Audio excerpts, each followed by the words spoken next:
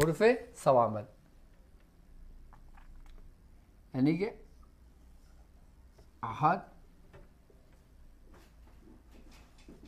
बस, तोए, ऐन और काफ, ता और लम। ये वो हुर्फ हैं जो जिसके ऊपर कोई नुक्ते नहीं है।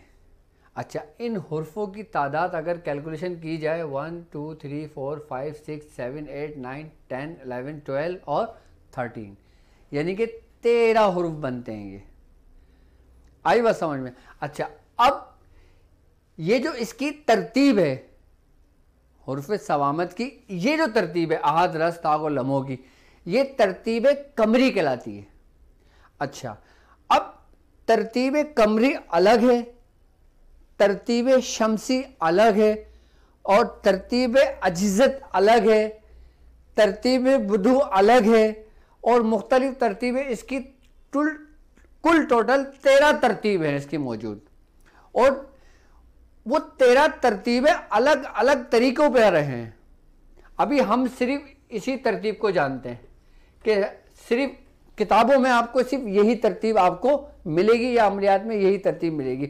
लोग कहते हैं कि अगर आपने कोई अमल हुर्फ सवामत का करना है तो आप इसको 543 मरतबा यानी कि 543 टाइम्स इसको आप लिखना शुरू कर दें तो इसकी तादाद निकल जाती है। इसकी तादाद निकल गई, अब आपने इसको इतना ही लिखना है। अब लाइक जैसे कुछ लोग कहते हैं कि इसके 13 हुर्फ हैं तो आपने 13 दिन लिखना है।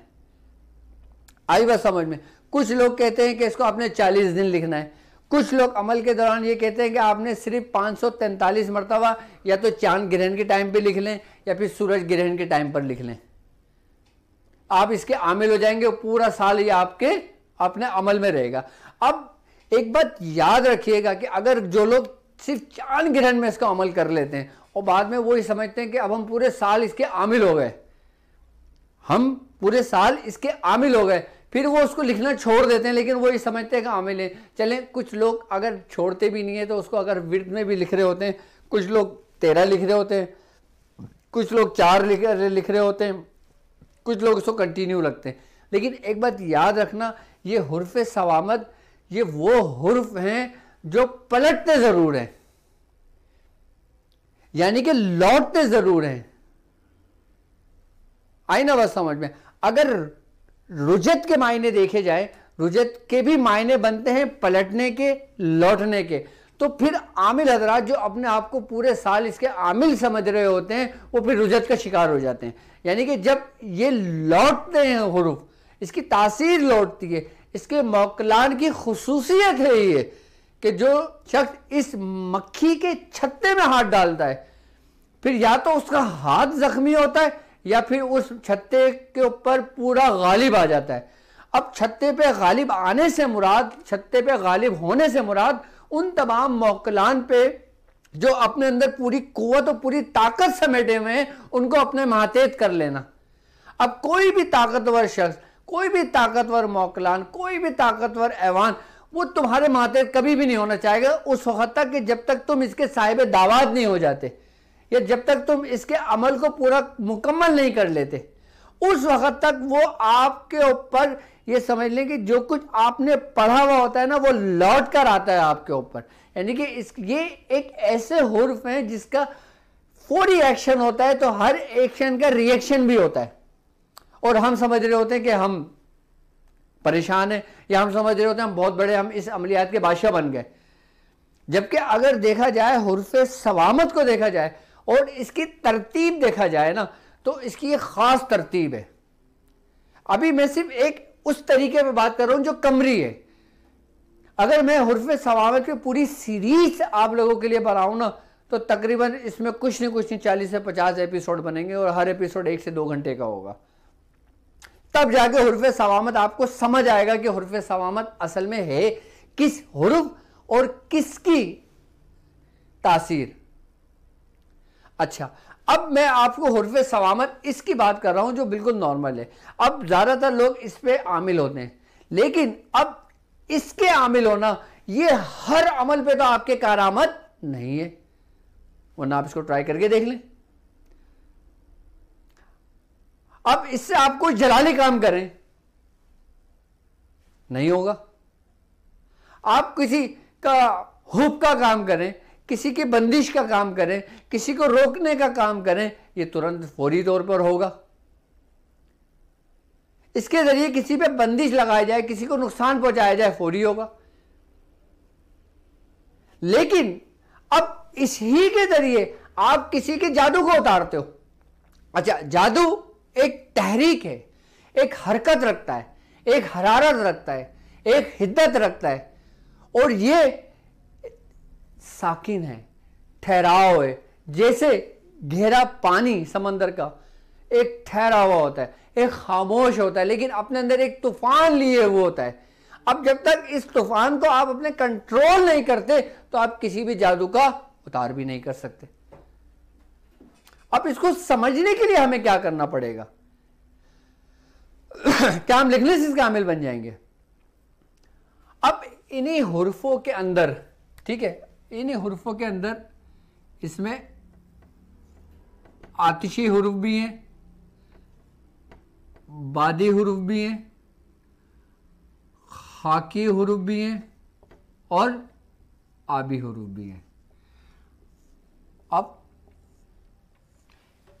इन हुर्फों में ये जो 13 हुर्फ हैं, इसमें आतिशी भी हैं, बादी भी हैं, आबी भी हैं और खाकी भी हैं।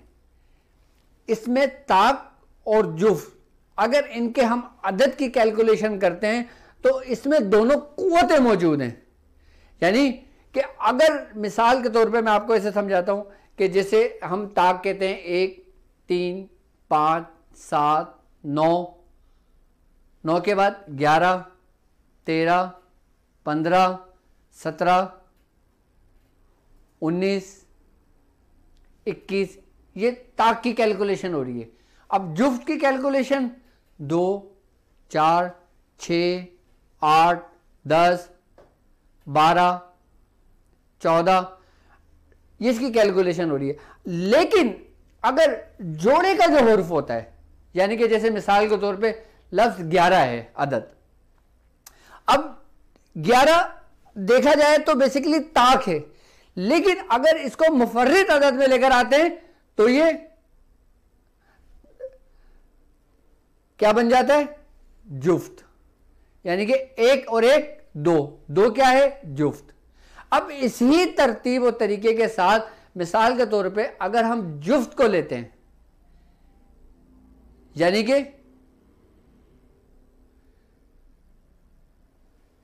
9 ताक है, 11, 13, अब हम 12 को लेते हैं, 12 जुफ्त है।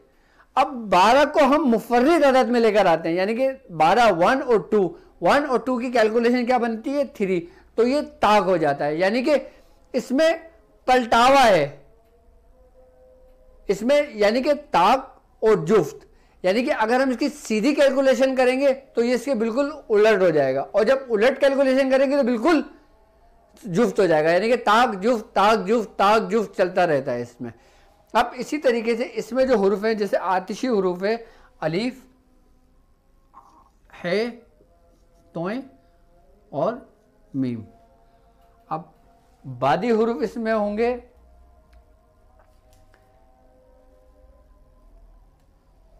काफ और सीन। खाकी हुरूफ इसमें होंगे वाव और स्वाद।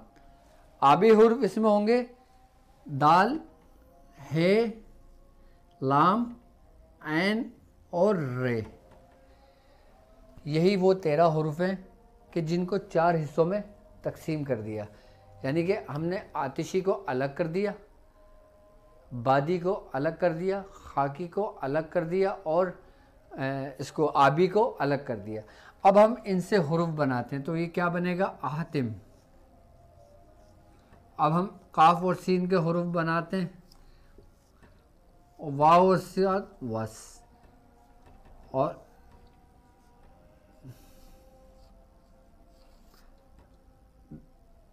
दाल, है, लाम, एन और रे, दहलर।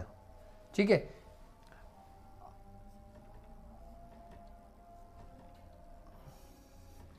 ये इसकी तरतीब भी बनती है। ये किसकी है? अब हमने इन 13 हुर्फों, ये तो इसकी कमरी बेस है जो असल हुर्फ हैं, लेकिन मैं आपको सिर्फ इसलिए समझा रहा हूँ, सिर्फ एक मिसाल में देके समझा रहा हूँ कि अब इन हुर्फों की मुख्तलिफ चालें हैं, हम किस काम के लिए किन हुर्फों का इस्तेमाल करेंगे, ये हमारे काम की नौइयत के हिसाब से होगा कि जैसे हमने कोई अच्छा काम करना है तो हम इनमें किन हुर्फों का इस्तेमाल करेंगे, अगर हमने किसी के जादू का इलाज करना है तो हम किन हुर्फों के इस्तेमाल करेंगे, और हमने मिसाल के तौर पे किसी को रोकना है, किसी पे बंदिश लगाना है तो किस उसका इस्तेमाल करेंगे, अगर कोई शख्स रोज़ी रोज़गार में परेशान है तो उसके लिए अगर हम कोई नक्श बना के देते हैं, कोई काम करके देते हैं तो किन हुर्फों का इस्तेमाल करेंगे।